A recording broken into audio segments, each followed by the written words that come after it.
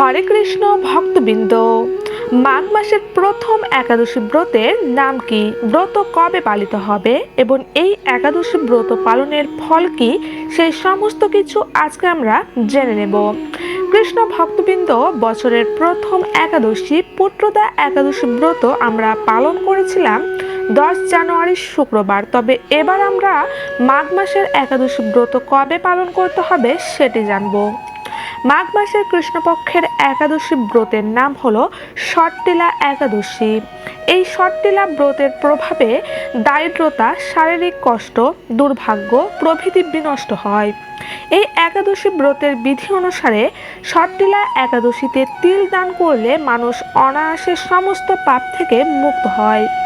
ভক্তবৃন্দগণ, যেহেতু মাঘ মাস হচ্ছে ভগবান শ্রী বিষ্ণুদেবের প্রিয় মাস, তাই এই সম্পূর্ণ মাস জুড়ে ভগবানের সম্পর্কিত সেবা কাজে যত বেশি যুক্ত থাকবেন ততই জীবনে পুণ্য অর্জন করবেন। তো ভক্তগণ, আজকে আমরা 2025 সালের ষট্টিলা একাদশী ব্রত কবে পালিত হবে, এই একাদশী ব্রতে কি কি করবেন, কি খাবেন, ব্রতের দিন কি কি করলে ব্রতের ফল পাবেন এবং শ্রীকৃষ্ণের প্রিয় হয়ে উঠবেন, সেই সকল বিষয় বলে আজকে আমরা জানব। সাথে এই ষট্টিলা একাদশী ব্রতের মাহাত্ম্য কথায় কি বলা হয়েছে সেই সমস্ত কিছু আজকে আমরা আলোচনা করব। তো অবশ্যই ভিডিওটি সম্পূর্ণ দেখতে থাকুন। ভক্তবৃন্দগণ, 2025 সালে মাঘ মাসের একাদশী ষট্টিলা একাদশী ব্রত পালিত হবে আগামীকাল 25 জানুয়ারি শনিবারে। মাঘ কৃষ্ণপক্ষের ষট্টিলা একাদশী ব্রত 25 জানুয়ারি শনিবার সারা বিশ্ব জুড়েই পালিত হবে। ভক্তগণ, এই একাদশী ব্রত যেমন মাহাত্ম্যপূর্ণ তেমনই পূর্ণ ফল প্রদান করে। মোক্ষ ফলদানের শ্রেষ্ঠ ব্রত এই ষট্টিলা একাদশী ব্রত। প্রত্যেক একাদশী ব্রতের মতো ষট্টিলা একাদশী ব্রতের বেশ কিছু মাহাত্ম্য রয়েছে। যেমন ভক্তবৃন্দ, এই ষট্টিলা একাদশীতে তিলের ব্যবহার সম্পর্কে বলা হয়েছে। এই ষট্টিলা একাদশী 6টি ভিন্ন উপায়ে তিল ব্যবহার করা হয়, তাই এই একাদশীর নাম ষট অর্থাৎ 6 ও তিলা অর্থাৎ তিল অর্থাৎ ষট্টিলা একাদশী নামে পরিচিত। যদি কোনো ভক্ত এই একাদশীতে স্নানের জলে সামান্য তিল মিশিয়ে স্নান করে তবে তার সকল পাপ বিনষ্ট হবে। এছাড়াও তিল মিশ্রিত জল পানের কথাও এই একাদশীর মাহাত্ম্যে বলা হয়েছে।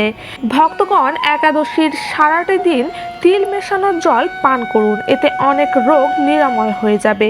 এছাড়াও দানের ক্ষেত্রে ষট্টিলা একাদশীতে তিল দান সবথেকে সর্বশ্রেষ্ঠ ও উত্তম দান বলা হয়েছে।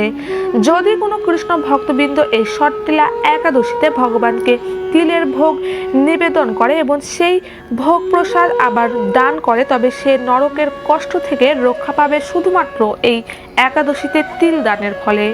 তো কৃষ্ণ ভক্তবৃন্দগণ, যারা আমিষ আহার করেন তারা অবশ্যই একাদশীর 3 দিন সম্পূর্ণভাবে আমিষ খাবার বর্জন করে শুধুমাত্র নিরামিষ খাবার গ্রহণ করবেন। একাদশীর আগের দিন রাতে ভগবান শ্রীকৃষ্ণের চরণে ফুল নিবেদন করে ব্রতের সংকল্প করবেন, হে ভগবান, আমাকে কৃপা করুন যাতে আগামীকাল একাদশী ব্রতটি নিষ্ঠার সাথে পালন করতে পারি।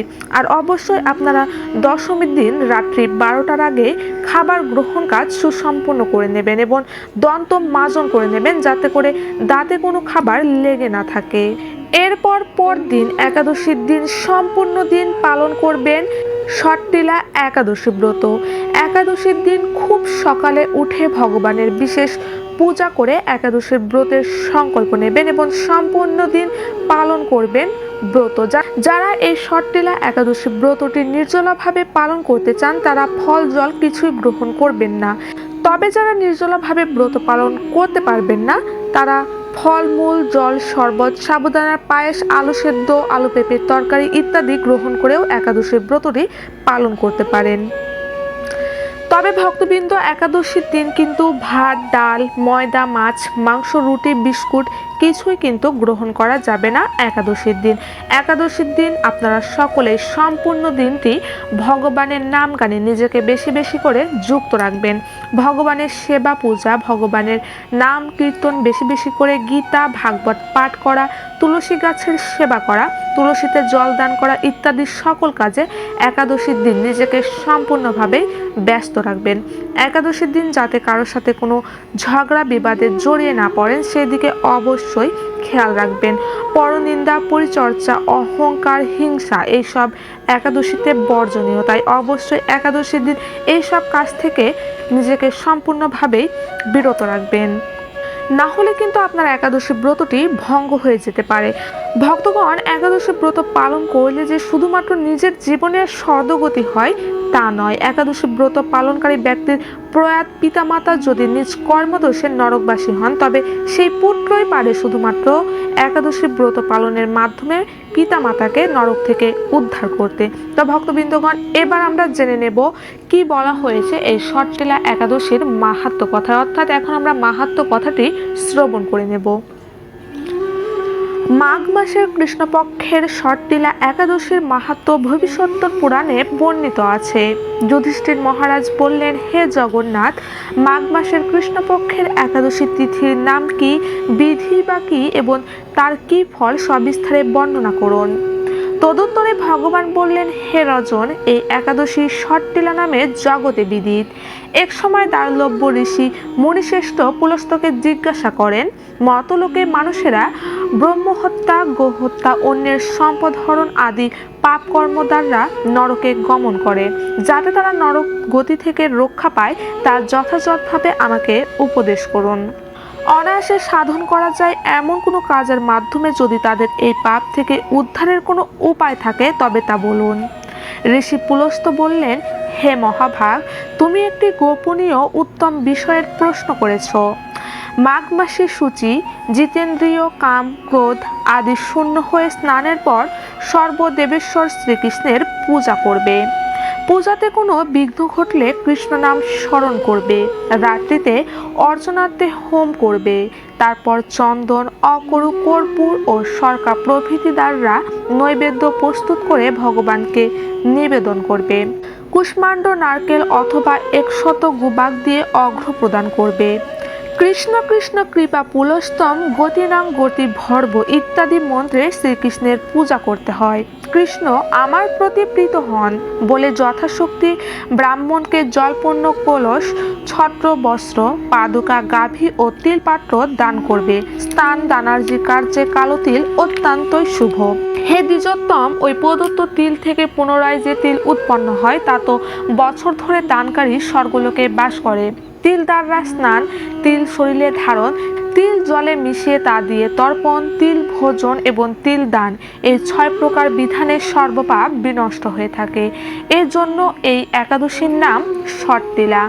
হে যুধিষ্ঠির, এক সময় নারদও এই ষট্টিলা একাদশীর ফল ও ইতিহাস সম্পর্কে জানতে চাইলে যে কাহিনী আমি বলেছিলাম তা এখন তোমার কাছে বর্ণনা করছি।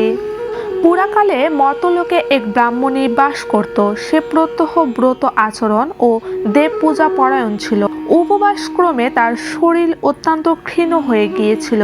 সেই মহাসতী ব্রাহ্মণী অন্যের কাছ থেকে দ্রব্যাদি গ্রহণ করে দেবতা, ব্রাহ্মণ, কুমারীদের ভক্তিভরে দান করত, কিন্তু কখনো ভিক্ষুককে ভিক্ষাদান ও ব্রাহ্মণকে অন্ন দান করেননি।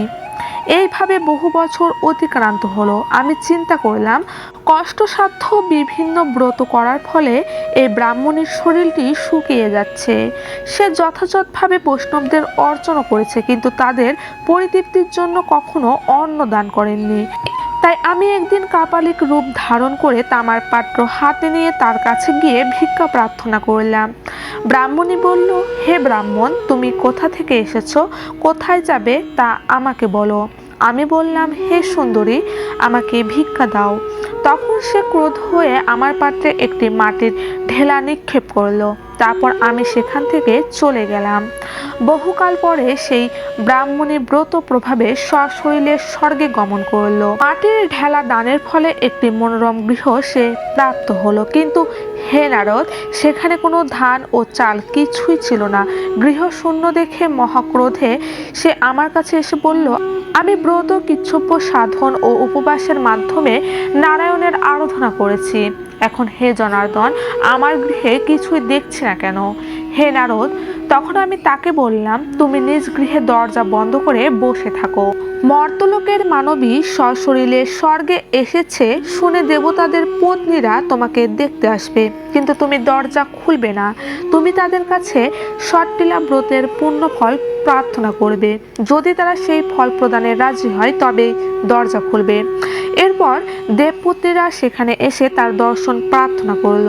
ষট্টিলা ব্রতের ফল পেলে কেবল সেই মানবী দর্শন দেবেন জেনে তাদের মধ্যে এক দেবপত্নী তার ষট্টিলা ব্রত জনিত পূর্ণ ফল তাকে প্রদান করল। তখন সেই ব্রাহ্মণী দিব্যক্রান্তি বিশিষ্টা হলো এবং তার গৃহ ধনধান্যে ভরে গেল। দ্বার উদ্ঘাটন করলে দেবপত্নীরা তাকে দর্শন করে বিস্মিত হলেন। হে নারদ, অতিরিক্ত বিষয় বাসনা করা উচিত নয়। বিত্ত শাস্ত্রেও অকর্তব্য।